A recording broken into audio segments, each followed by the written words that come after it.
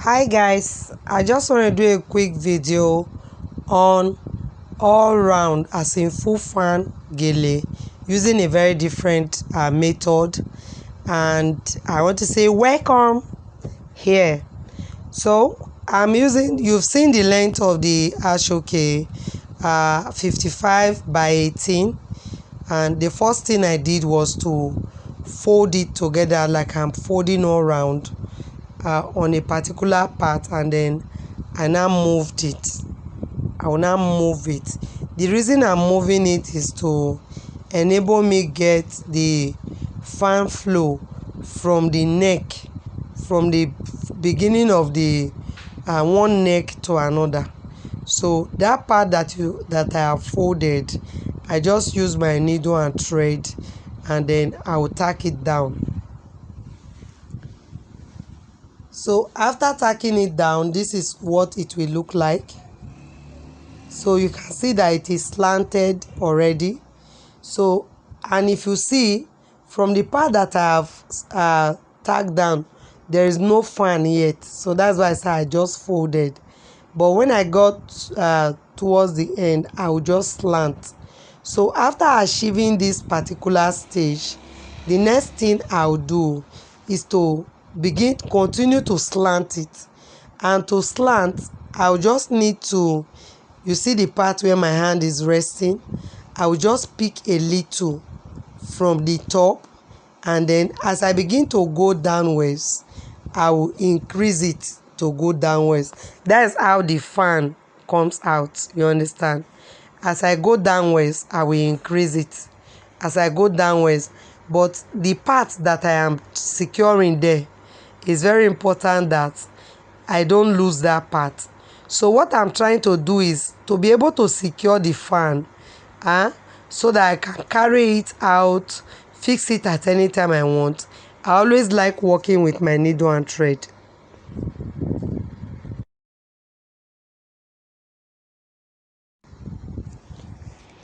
So it's very necessary. If I say compulsory, it might not be a right word, but it's very necessary that the part that you are pleating, you see the first fold that I made before, where I told you I folded like I'm folding all around.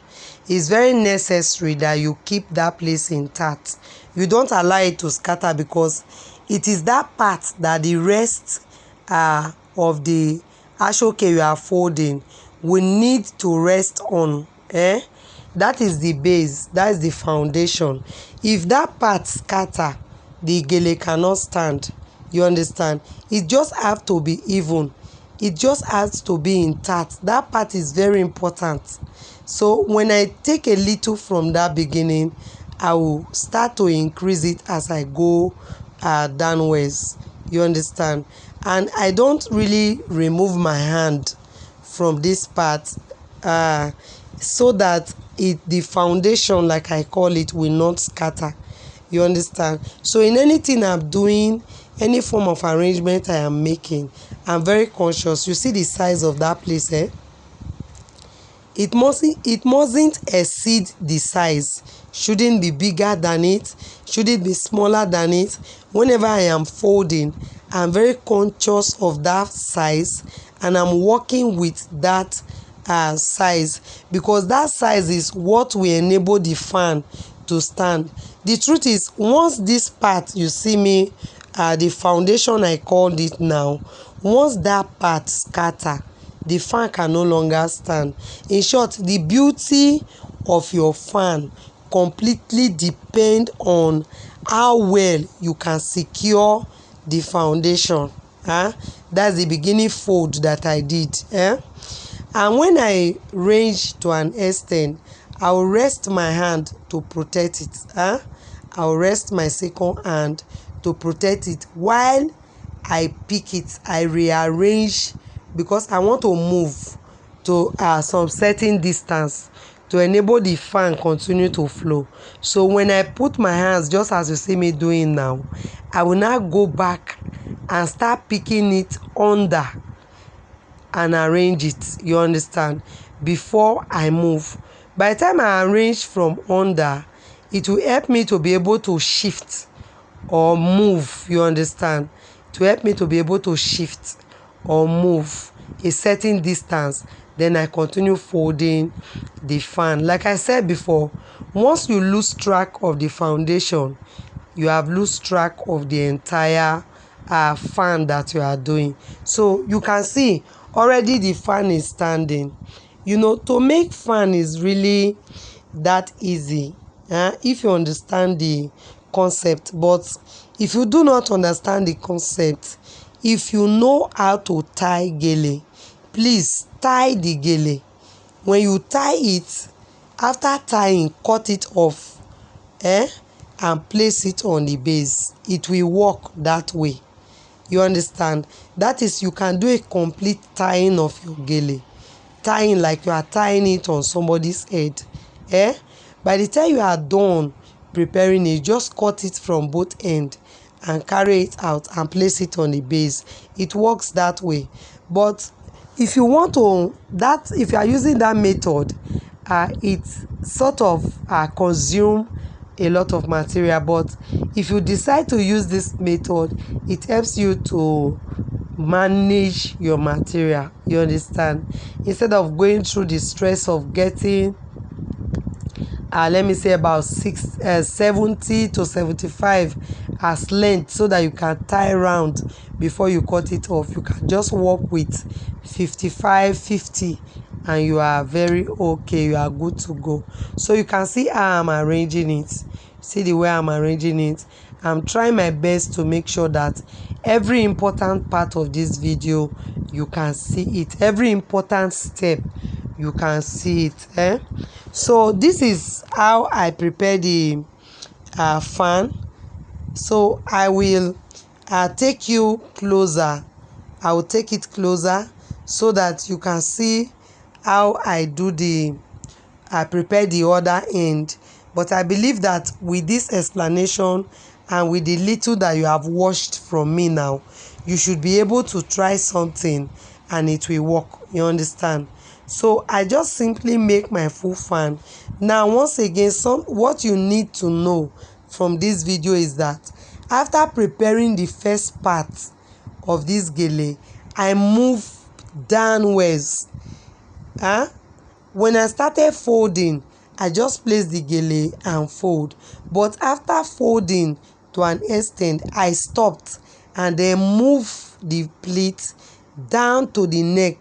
This will enable my fan to flow from one neck to the other, you understand.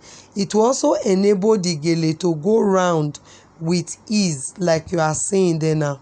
So if you continue with the process that you've seen me do now and continue it to the end, you will get a full fan.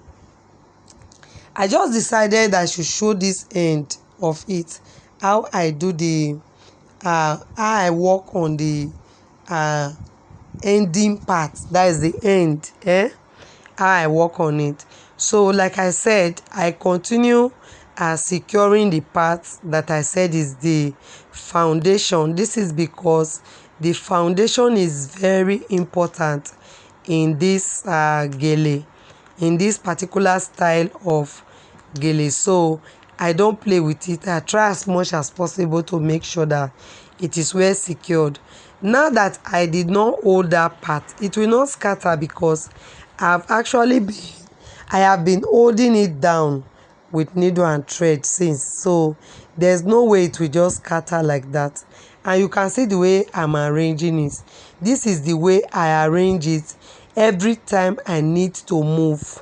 Every time I need to move a certain distance, I go to that part and arrange it the way you see me doing it now.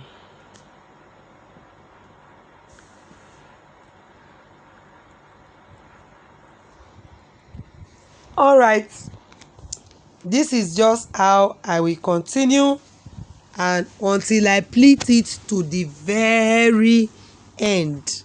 When I get to the very end, I'll simply use my needle and thread of the same color, the color of the gele, and then tack it down, and I'll get ready to fix it to the base. I have video on how to fix it to the base. I have video on how to do the finishing. So if you have any challenge with this video, please check the other videos on my channel. It will help you a lot, especially if you are a beginner in auto gele. It's going to help you. So you can see the flow, and you can see it is a perfect round, is a complete round. No part of it is left unfolded. It is not half fan but a full fan, and I can tell you it is beautiful. So thank you for stopping by. I love you. I'll see you in my next video. Do enjoy your day, do enjoy your time, do enjoy your business. This is coming from Creative Ends platform. Thank you.